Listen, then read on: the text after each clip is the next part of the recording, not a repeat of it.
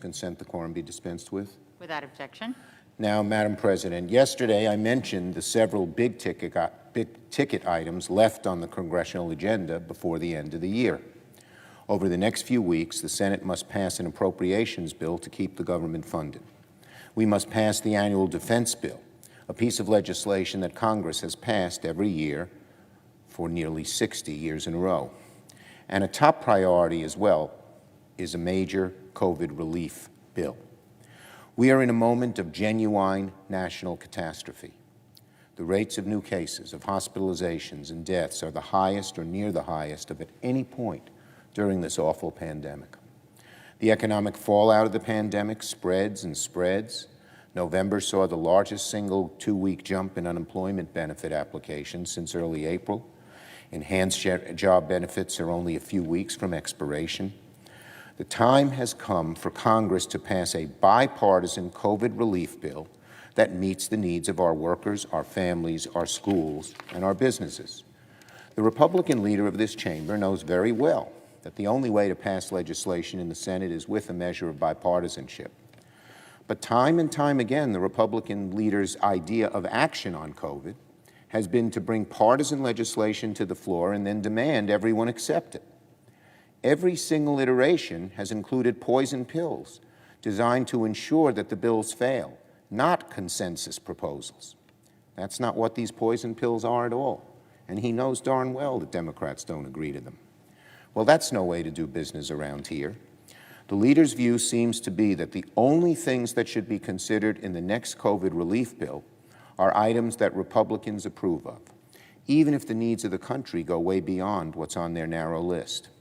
So I would plead again to the Republican leader and to my colleagues on the other side, we need to come together. Both sides must be willing to compromise. While the Republicans in this chamber enjoy a majority, they must grapple with the fact that Democrats hold a majority in the House.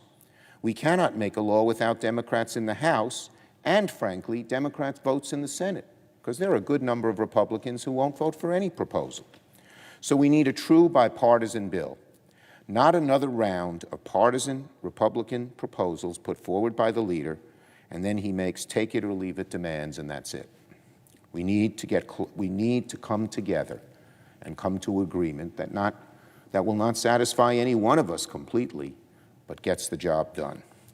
I hope that as we get closer to the end of the year, the partisan posturing on the Republican side will give way to some genuine compromises. Now, on another matter, President-elect Biden continues to roll out an impressive slate of candidates he intends to nominate to his cabinet and other key administrative positions. They provide an incredibly stark contrast to the caliber of the nominees the Senate considered over the past 4 years. Not only are President-elect Biden's nominees exceptionally qualified and familiar with the institutions to which they're nominated, but they have a broad range of backgrounds and experiences. They actually look like America. Today, I'll be meeting with President-elect Biden's intended Secretary of State, Tony Blinken, and his intended Director of National Intelligence, Avril Haines, who is the first woman to be nominated to serve in that position. Like most Americans are doing these days, our meeting, quote unquote, will take place over a video chat. And I'm looking forward to asking both Mr. Blinken and Ms. Haines about their views on a range of issues concerning American diplomacy, foreign policy, national security, and how to repair some of the damage to America's reputation and relationships abroad done by the past administration. Now, after what all we went through over the past 4 years, I would expect that almost all of President-elect Biden's nominees would be widely acceptable to the Senate. Senate Republicans confirmed several Trump nominees who lacked the necessary qualifications, who were mired in ethics scandals, and who made outrageous and inflammatory comments in the past. Republican senators often argue that a president deserves broad deference when it comes to their cabinet and official appointments, and blew past controversies that would, in almost any other time, be disqualifying. President-elect Biden's nominees, of course, are in a different universe. Well, we're already starting to see the switch start to flip now that President-elect Biden is naming the names.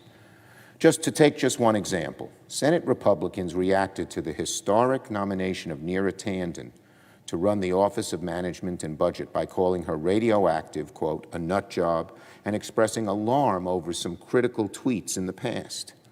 After spending 4 years pretending they didn't see the latest insane tweet from President Trump, Senate Republicans seem to have found a newfound interest in the Twitter feeds of Biden's cabinet selections. With respect to the Office of Management and Budget specifically, Senate Republicans lined up to confirm the previous OMB director, Russell Vought, after he was at the heart of the scandal that led to President Trump's impeachment, withholding security aid to an ally at war, Ukraine. If Senate Republicans are worried about someone with a partisan background in OMB, perhaps they shouldn't have voted to confirm Russell Vought, who used to work not just at the Heritage Foundation, but for its partisan advocacy arm. If Senate Republicans are concerned about someone who made controversial comments running OMB, perhaps they shouldn't have confirmed Russell Vought, who once said that, quote, Muslims do not simply have a deficient theology, they do not know God because they have rejected Jesus Christ, his son, and they stand condemned, unquote. That was the previous OMB director, condemning an entire religion. The Republican majority confirmed him, despite these inflammatory comments, and despite his conduct as an interim director, and despite his career as a partisan warrior. But a few critical tweets about substantive policy positions have caused Senate Republicans to label Ms. Tanden's nomination, quote, radioactive. Spare us the hyperbole. Ms. Tanden, we all know, is an eminently qualified nominee who would be the first woman of color to ever run the Office of Management and Budget. As Biden continues to name his team, I'm sure we'll hear some more of these overblown complaints from Republican senators. But after the caliber of nominees that this Republican majority confirmed over the past 4 years, it will be impossible to take them seriously. The Senate committee should prepare to hold hearings on President-elect Biden's nominees in January, immediately after the Georgia election. Let me say that again. The Senate committees should prepare to hold hearings on President-elect Biden's nominees in January, immediately after the Georgia elections. That's customary for a new president. The Senate holds several hearings in January so that key cabinet officials can be confirmed on January 20th and shortly thereafter. That's what the Senate did for President Trump and President Obama. That's what the Senate must do for President-elect Biden as well. I yield the floor.